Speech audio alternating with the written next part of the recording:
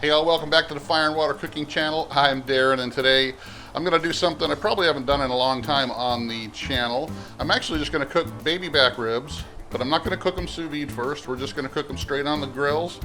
But we're going to do a set of them on the Kamado Joe Classic 2 and a set on the new Kamado Joe Kettle Joe with the slow roller in it, and see which one comes out better, if there is a difference, if they come out the same. And one of the things we're going to do is we're going to actually monitor it with the Meat Stick Mini. I don't normally monitor ribs. I don't, internally monitor them, but we're going to try that today. I'll be right back. Smoking, grilling, getting hot and hotter, sous vide and chilling from fire and water.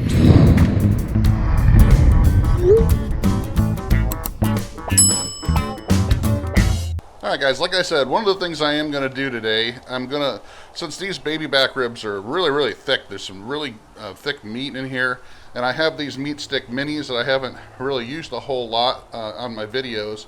I'm going to go ahead and use the two of them that I have. I'll just go by the temperature readout on the gauges as far as the pit temperature. We're going to use my keto sweet barbecue rub. There's a video up here, you guys can check that out if you want to know how I made this, since I'm still on keto and I want to do a sweet rub on these. So I'm going to use my keto sweet rub, see how they turn out. I've had this on pulled pork before and it works great. First time doing it on ribs, and we're going to try that out. So, alright guys, first thing I got to do is get my Kamado Joe's, the Kettle Joe and the Classic 2 up and running. So I'll be right back.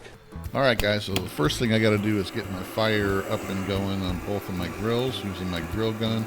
And I'm just going to aim it in one spot in the middle of the grill to get that going. I don't need this to sear or anything, so just get one spot going. Put my pecan wood kind of all around there, so it takes a little while for that to start going. Do the same thing on the Kettle Joe. Just put it right in the middle.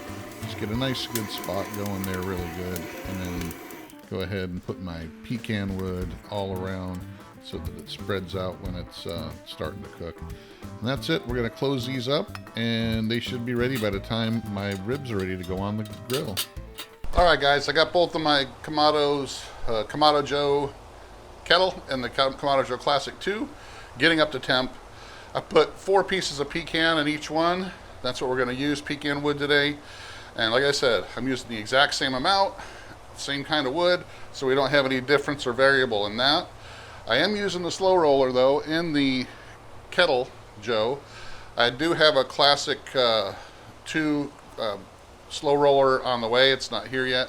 I just ordered one that just went on sale, but I think we're still at a fair advantage here because of the Kamado Joe Classic 2 is a lot more insulated than the Kettle Joe, but we're going to see. So I got those coming up to temp. As you can see, there's smoke rolling on both of them right now. So one of the things I am going to do is I'm going to use a rib rack on the Kamado Joe Classic just so I can put most of the ribs in that one, and so they're got plenty of room, they're not overlapping, they're sitting vertical, and so I don't have any of my ribs all crowded up. So I'll put a couple of these racks on the Kettle Joe. Most of them be on the Classic 2. We're still going to be able to get a taste test going, but as far as not having to bunch these up, it's going to make it a lot easier for me to use the rib rack and the Classic 2. I don't like to do the 3-2-1 method. I don't like to wrap my ribs because I think they get too fall apart, to fall off the bone. I think the way the pit barrel cooker and some of the other barrel cookers, they usually cook right around 250 to 275, and you don't usually wrap them, you just hang them in your pit, and they actually always turn out really good. The perfect texture and all that. So I usually cook my ribs without wrapping them. I just season them up, put them on there, cook them around 250 to 265 or so, and then try to shoot for so they actually bend a little bit. Alright guys, I'm going to go ahead and season these up. I'm not going to bore you with that. I'll fast forward through that. Then we'll stick the Meat Stick Minis in. Hopefully by then the pits will be up to temp. We'll stick the ribs on there. Probably about a 4 hour cook or so. Maybe a little bit longer, depending, and we'll see. But that's usually where I cook my ribs. And all right, guys, I'm gonna get this going. I'll be right back. All right, guys, I got these all rubbed up. Want to go over a couple things. I don't use any kind of binder like mustard or oil or anything like that. I usually just rinse my ribs off when I take them out of the pack and then put the rub right on there. The rub actually adheres to the ribs. I don't feel that there's any need for a binder. If you want to use a binder, go right ahead. I know for a fact that if you use oil, though, it actually hinders the rub from actually penetrating into the meat, so the salt kind of just sits on top. So if you're going to use anything, if you want to use mustard or apple cider vinegar, stuff like that, go right ahead. Just try to avoid using any kind of oil, because oil doesn't soak into the meat and it actually forms a barrier where the salt won't actually penetrate. So if you want your ribs to brine at all, like I'm going to let these sit here for a half hour while the Kamados come up to temp. I'm going to let them brine a little bit, and just go ahead and you can use whatever you want. Just kind of avoid oil. So one of the things I noticed so far is that the Kettle Joe is actually coming up to temperature a lot faster than the Classic 2. I think one of the reasons is I got those thick heat deflectors in the Kamado Joe Classic 2, whereas the Kettle just has that thin plate on the slow roller, so the airflow and the heat sink is not the same. So I think the Kettle Joe is going to actually come up to temp a little bit faster, and we're going to be able to have to shut that down a little bit. So it's actually almost up to 200 degrees already, where the Classic 2 is just sitting at 150 degrees. So that's one of the things you got to look out for. This will actually heat up a lot faster than the regular Kamados with the thickness of the walls and the thicker heat deflectors in there. So these should be up in about 20 minutes or so, ready to go. I'll be back with them. I'm going to go ahead and get these on. Shouldn't have any issue. I got my rib rack already in the Kamado Joe Classic 2. I'll get these in the grill and I'll be right back. All right, guys, I just kind of wanted to show you that the grills are getting right up to temp, and they're right in sync now. They're both sitting right at 250. We're going to top out about 275, and that's where we're going to keep them at. Another thing I want to let you know, I was not able to keep the meat stick minis in because I forgot they topped out at 170 degrees. So I did replace it with a meat stick regular in the one of the racks, just so we can kind of monitor that still. So I'll be right back. Okay, guys, they're all done. I'm back. Like I said in the comments here, I forgot that the meat stick minis only go up to like 170 degrees. So I had to change it out for the meat stick, regular meat stick, to kind of finish monitoring. So these are my two, or actually these are the four that were on the Kamado Joe Classic. These are the two that were on the Kettle Joe. So I'm going to grab a piece that looks similar on each one here, as you can tell. Okay, very similar looking. Really, from looking at them, I really couldn't tell. I'm going to move you guys up closer so you can see a little bit better, and then I'm going to cut into them. There we go.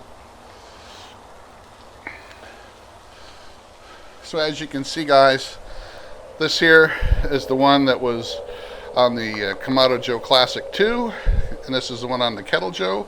Very similar. This one does look a little bit different. There's no obvious charring on this one as there is this one. This one was pretty much right over the slow roller.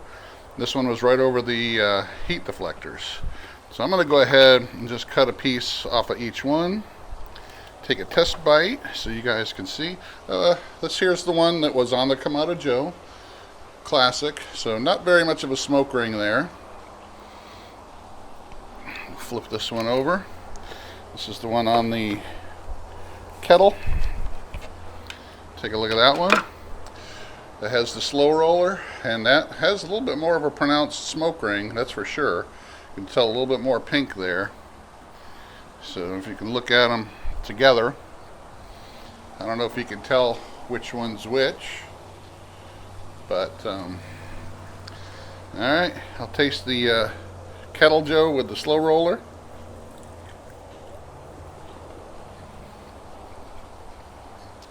Very juicy, Nice and tender, not fall off the bone.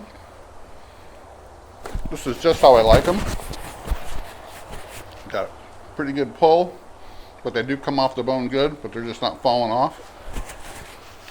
Takes a good smoke.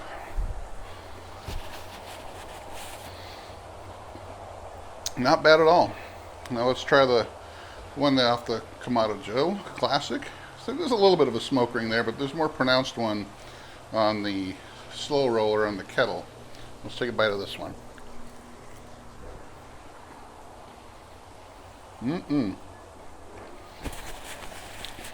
Yeah, those are good as well. Same texture, tenderness. Probably a little bit more smoke flavor on the one from the kettle.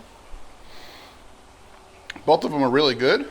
So, hey, I couldn't complain. If you are looking at the kettle because it's a little cheaper and it might fit more of your needs than a Kamado, it definitely can make the same type of ribs as the Kamado Joe Classic 2, but they both are very good at it. I probably, like this one just a little bit better because it's got a little bit more smoke flavor. This one is just as good, but try it for yourself, guys. This experiment turned out really good. Both of them are really good. The smoke got a little bit more penetration on the slow roller on the kettle. When I get the slow roller for the Kamado Joe Classic 2, we'll do a head-to-head comparison on those as well.